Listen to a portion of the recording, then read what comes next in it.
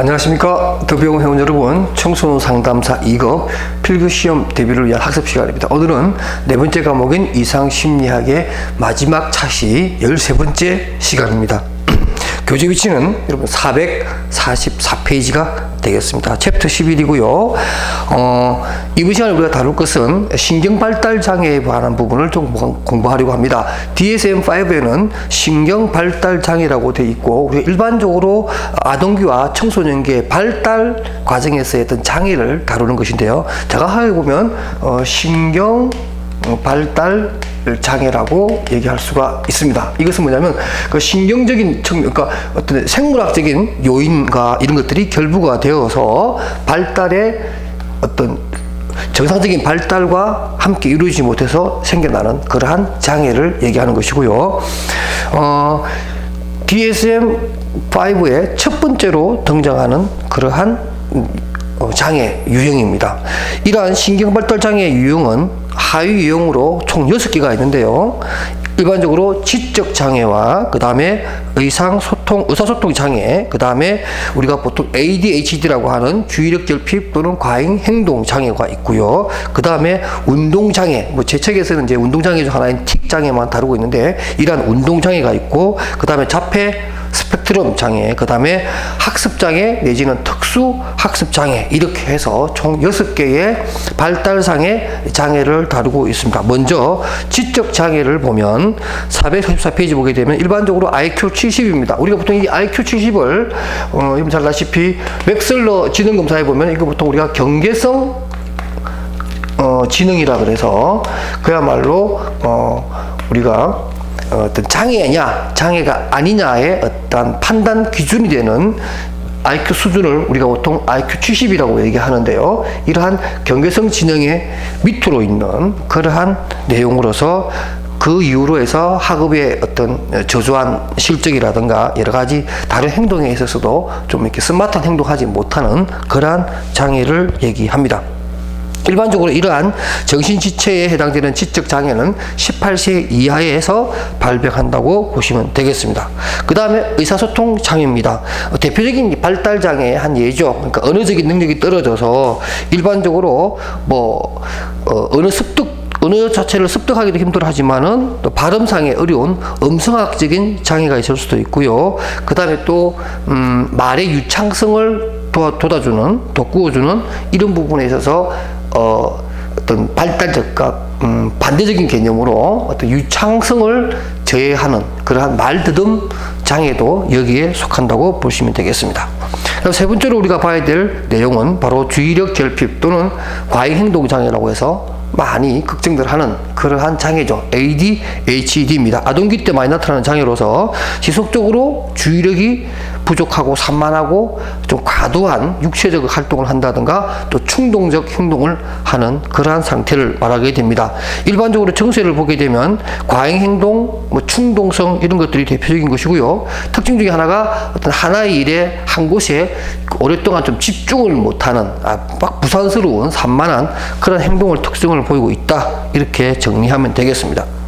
그럼 네 번째로 봐야 될 것이 바로 운동장애입니다. 운동장애. 우리 운동장애가 있는데 이 운동장애는 여러 가지가 있습니다만 대표적인 것이 틱장애죠. 틱장애가 있고요.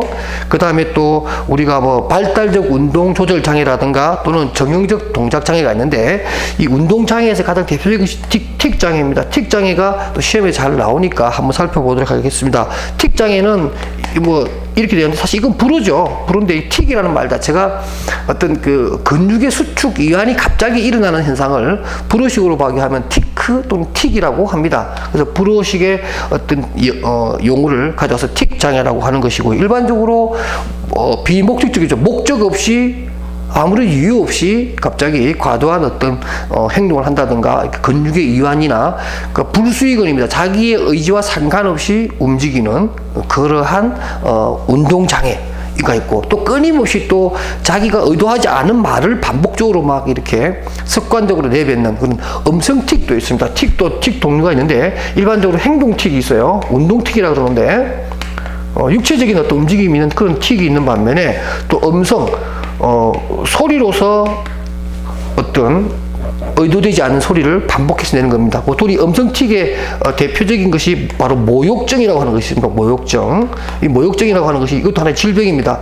이게 아마데우스 모차르트가 이 병에 걸렸다고 하는데 끊임없이 좀 이렇게 사람들에게 모욕을 주는 그런 말을 자기의 의사와 상관없이 툭툭툭 이렇게 반복적으로 쏟아내는 그러한 병이죠. 대인관계에서 굉장히 문제가 되는 그런 것인데 바로 이 음성틱이라고 하는 것도 있고 행동틱, 우리 대부분적으로는 운동틱을 보통 틱의 일반적인 개념으로 보게 되겠죠. 그래서 이러한 틱 자체를 또 우리가 뚜레, 그죠? 뚜레 증후군이라고도 합니다. 뚜렛 증후군이라고 해서 이것은 뭐냐면 프랑스 의사인 뚜렛이라고 하는 사람이 처음으로 이 틱 장애를 발견해서 그분의 이름을 따서 뚜렛 장애라고 하기도 합니다. 그런 내용들 바로 445페이지 제일 아랫단에 제가 설명을 해 두었습니다. 이 틱 장애가 상당히 치료하기가 어렵다고 얘기를 하네요. 그렇게 쉽지가 않다라고 합니다. 자, 틱의 종류 여러분들 운동틱과 음성틱이 있고요. 또 이러한 것을 틱 장애를 우리가 뚜렛 증후군이라고 한다. 여기까지 여러분들 좀 알아두셨으면 좋겠습니다. 다섯 번째로 우리가 보게 될 것이 바로 자폐 스펙트럼 장애입니다. 우리가 일반적으로 뭐 자폐증 이렇게 하는데요. 자폐라는 게 뭐죠? 스스로 폐쇄한다. 스스로 자기만의 어떤 세계를 딱 자기를 가둬놔 놓고 다른 사람과의 관계에서 어려움을 겪고 또 사실 또 막 접촉을 하지 않으려고 하는 이러한 장애를 얘기할 수가 있고요. 일반적으로 사회성 장애로, 선천적 사회성 장애로 진단되는 것이 바로 자폐 스펙트럼 장애라고 보시면 되겠습니다. 그 다음에 학습 장애 또는 특수 학습 장애라고 하는 것인데 일반적으로 우리가 뭐 읽기, 쓰기 또는 뭐 산수 능력 이러한 것들에 대해서 비교적 같은 발달 단계에 있는 아이들에 비해서 현저히 떨어지는 경우고요. 일반적으로 지능이나 어떤 지적 활동의 수준이 다른 아이들에 비해서 50% 이상, 절반도 못 미치는 그러한 성과를 보일 때 우리는 이러한 학습장애에 있는 것이 아닌가 이렇게 진단을 해야 된다 이런 얘기입니다. 자, 이렇게 해서 일단 우리가 신경발달장애 6가지 유형에 대해 살펴보았고요. 이제는 챕터 12로 가서 기타 이상 심리학이 다루는 여러 가지 남아있는 장애들을 보도록 하겠습니다. 먼저 제1절에는 DSM-5 6번째에 탑재가 되어 있는 강박 및 장애 관련 장애로서 하위 5개의 영역으로 설명이 되는 것들입니다. 우리 교재 375에 보면 제가 첫 개요편을 해드리는데 거기 보면 이렇게 나와 있어요. 첫 번째, 강박 및 장애 유형에 대해서는 대표적인 것이 강박장애라고 하는 것이 있고요. 그 다음에 이제 신체 변형장애라든가 또는 저장장애 같은 것도 있어요. 저장장애. 저장장애라고 해서 영어로서는 홀드라고 하는 건데요. 우리가 뭐 저장장애를 어떻게 보면 될까요? 말 그대로 이제 어르신들이 좀 많이 있을 것 같아요. 질병적인 건 아니지만 물건을 못 버리는 거예요. 물건을 못 버리는 거. 말 그대로 저장해 놓는 거죠. 저장해 놓으면서 뭐 사실은 쓸모도 없는 건데 끊임없이 그냥 버리기 싫어서 저장해 놓는 거죠. 함부로 물건을 못 버리는 그러한 장애를 저장장애라고 합니다. 그 다음에 이제 우리가 발모광이라고 해서 모발을 굽는 발모광 이런 것들이 있겠죠. 그 다음에 또 뭐냐면 박피광도 있습니다. 박피광, 박피증이라고 하기도 하고요. 피부를 벗기는 이러한 강박강염에 의해서 강박적 증세로 머리를 뽑는다거나 피부를 벗긴다거나 또 물건을 버리는 데 있어서 강박적 증세를 위해서 버리지 못하는 저장장애라든가 이런 것들이 대표적인 강박 및 강박에 관련된 장애라고 보겠고요. 대표적인 것이 강박장애니까 그 교조에 나와 있는 것처럼 448페이지 나와 있는 것처럼 강박장애가 모든 것을 설명할 수가 있습니다. 반복적으로 의식에 침투하는 강박적 사고와 그에 따른 강박 행동을 주된 증상으로 한다라고 해서 강박 행동 중에 대표적인 것에서 피부를 벗기면 박피증, 그 다음 또 머리카락을 뽑는 경우라면 발모광해 강박증 증세 이렇게 읽을 수 있겠고, 그 다음에 어떤 물건에 대한 집착을 가지고 있는 경우에는 강박성 저장 장애 이렇게 설명하시면 되겠습니다. 그 다음에 이제 우리가 DSM-5 7번째에 탑재가 되어 있는 외상 및 스트레스 관련 장애 부분입니다. 우리 일반적으로 뭐 트라우마에 의한 외상 후 스트레스 이렇게 얘기하는데요. 일반적으로 뭐 반응성 애착 장애라든가 탈억제 사회 관여, 그 다음에 외상 후 스트레스, 급속 스트레스, 적응 장애 이런 것들이 있는데요. 이것도 한번 보도록 하겠습니다. 제 책에는 딱 두 가지만 설명해 놨는데요. 첫 번째 뭐냐면 외상 후, 그죠? 외상 후 스트레스 장애 이런 게 있고요. 그 다음에 또 뭐가 있냐면 책에는 없지만은 반응성 애착 장애라고 하는 것도 중요합니다. 이것도 좀 설명해 드릴게요. 그 다음에 또 뭐냐면 탈억제 사회관여입니다. 탈억제 사회관여 장애라고 하게 됩니다. 장애 이런 게 있고요. 그 다음에 제 책에는 언급했습니다만은 적응 장애라고 하는 것들이 있다 이런 거죠.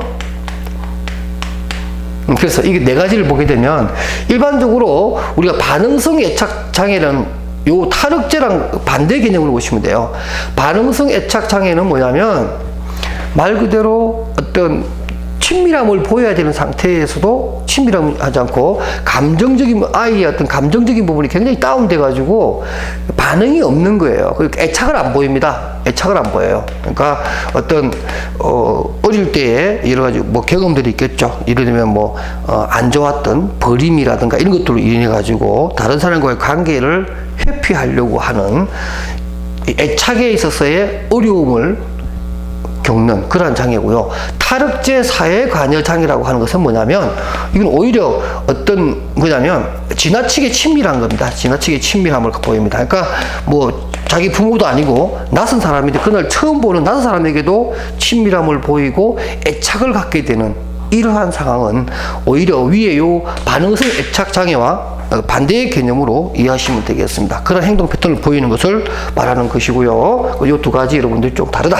구분해 주시고요. 그 다음 적응장애에 대해서는 우리 교재에 나와 있는 것처럼 449페이지 가운데 보면 적응장애라고 되어 있습니다. 일반적으로 분명하게 확인될 수 있는 사회적, 심리적 스트레스 사건에 대한 반응으로서 나타나는 정서적 또는 행동적 증상을 말합니다. 일반적으로 어떤 과도한 어떤 심리적 고통과 부적응적인 상황이 발생하게 되는데 일반적으로 스트레스라고 하는 우리가 보통 말하는 어떤 충격적인 사건이죠. 충격적인 사건을 겪고 난 다음에 그와 유사한 상황이 발생하게 되면 또는 상상만 되어도 적응상에 문제가 일어나는 이런 것들이 바로 적응장애에 관한 부분입니다.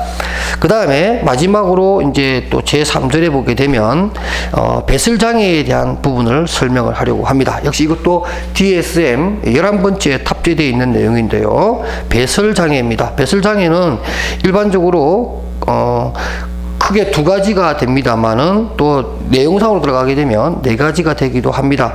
이 배설장애는 과거에는 아동기 장애에서 다루었습니다만은 이 DSM-5에서는 아동기 장애에서 분리시켜서 별도의 배설 장애라고 하는 것을 줬습니다. 왜냐하면 이게 아동기 때문에 발생하는 것이 아니고 일반 성인에게도 이러한 배설 장애가 발견되기 때문에 꼭 아동기에 둬야 될 아동기만의 장애다 이렇게 볼 수는 없다는 거죠. 그래서 이러한 배설 장애의 가장 대표적인 것이 윤호증과 유분증이 있는데요. 윤호증 소변과 관련된 유형은 또 네 가지로 나눕니다. 첫 번째, 야간형 윤호증과 주간형 윤호증, 그리고 주간 및 야간 혼합형으로 발생하는 윤호증이 있고요. 그 다음에 유분증 이렇게 해서 크게 나누게 됩니다. 450페이지로 가게 되면 유분증의 경우에는 진단 기준은 적절치 않는 곳에서 수의적으로 의도적이든 부수적이든 반복적으로 대변을 보는 경우고요. 일반적으로 소아의 생활 연령이 최소 4세 이상, 그러니까 4세 이하에는 문제가 되지 않는데 4세가 넘었음에도 불구하고 이런 행동을 하는 것에 대해서는 유분증 증세로 진단하는 것이 좋겠다 이런 얘기가 되겠고요. 그 다음 윤호증의 진단 기준입니다. 친구나 옷에 반복적으로 소변을 보는 것이고 연속 3개월 동안 주 2회 이상의 빈도를 나타내야 되고 생활 연령은 5세가 이상이 되어야 된다. 이렇게 구분하시는 거예요. 그러니까 유분증은 4세, 윤호증은 5세라는 것도 여러분들 반드시 알아두시기 바랍니다. 그 다음에 이제 신경인지장애의 하위 유형입니다. DSM-5 17번째에 탑재되어 있는 것인데요. 보통 신경인지장애라 그러면 과거에 우리가 DSM-4에서는 치매라고 하는 용어로 설명되었던 것인데 이 DSM-5에서는 주요 신경인지장애라고 해서 조금 내용을 바꿔 메이저라고 해서 메이저 신경인지장애에서 주요 신경인지장애라고 하고요. 그 다음에 이제 그런 주요한 신경인지장애 외에도 경도 신경인지장애라고 하는 것이 있는데, 경도의 차이라고만 있지 뭐 그렇게 내용상으로 많이 차이가 나지 않으니까 치매와 선망에 대해서만 우리가 좀 알아둘 필요가 있겠다 이거죠. 치매에 대해서 우리는 뭐 너무나 많이 알고 있기 때문에, 치매는 여러분들이 개인적으로 다 알고 있는 내용이고 뭐 그렇다 그냥 굳이 설명할 필요는 없는 것 같아요. 그 외 대신에 우리 선망이라고 하는 것을 좀 알아볼 필요가 있습니다. 선망에 대해서는 우리가 많이 얘기하지만 정확하게 뜻을 잘 이해하지 못하는 그러한 내용이기도 합니다. 델리루스움이라고 하는 이러한 용어로서 의식이 흐릿하고 주의를 집중하지 못하고 사고의 흐름이 일관성이 없는 장애로서 주변 상황을 잘못 이해한다거나 생각의 혼돈 또는 방향 상실 등이 일어나는 정신 혼란의 상태다, 이렇게 얘기를 하고, 일반적으로 뭐 물질에 의한 중독성이라든가 또는 금단 이런 여러 가지 복합적인 원인이 이러한 선망의 원인이 되기도 합니다. 그래서 선망이라고 하는 것이 일반적으로 보면은 막 좀 혼미한 거죠. 혼수 상태 이런 의미로 보시면 혼미하다, 이렇게 의미를 정의해 주시면 좋을 것 같습니다. 선망에 대한 진단 기준으로 보면 451페이지 의식장애와 주의를 집중하고 유지하고 이동하는 능력이 감퇴가 되어 있고요. 일반적으로 인지의 변화 또는 지각장애가 이미 존재하거나 확진되거나 진행 중인 치매로 잘 설명되지 않는다. 그러니까 치매라면 이해되는 것들이라면 그것은 선망으로 보지 않고 치매로 진단해야 된다, 이런 얘기고요. 장애가 단기간 동안 발전되고 하루 중에도 변동하는 경향이 있다. 바로 이런 것들이 선망의 진단 기준이라는 것까지 정리를 해 보았습니다. 자, 이렇게 해서 우리는 청소년 상담사 2급에서 가장 많은 양을 차지하고 있으면서 아주 많은 용어와 복잡다기한 내용들로 구성되어 있는 이상 심리학을 다 끝냈는데요. 사실은 이런 제한된 교재의 내용을 다 담기에는 너무나 힘들어서 아주 핵심적인 것만 했습니다. 그러니까 여러분들 참고로 다른 부수적인 자료를 좀 보면서, 예를 들면은 뭐 정신분열이라든가 성격장애라든가 이런 것들은 워낙 양이 많다 보니까 제 책에 다 수록을 못했습니다. 또 설명도 다 못해드렸고요. 여러분들이 따로 좀 시간을 내서 인터넷이나 이런 자료를 좀 참조를 해서 좀 추가적으로 공부하시는 게 좋지 않겠나, 이렇게 제가 조언을 드립니다. 자, 이렇게 해서 4번째 과목을 끝냈고요. 다음 시간에는 우리가 제 5번째 과목인 진로 상담에서 여러분을 만나 뵙도록 하겠습니다. 수고하셨습니다.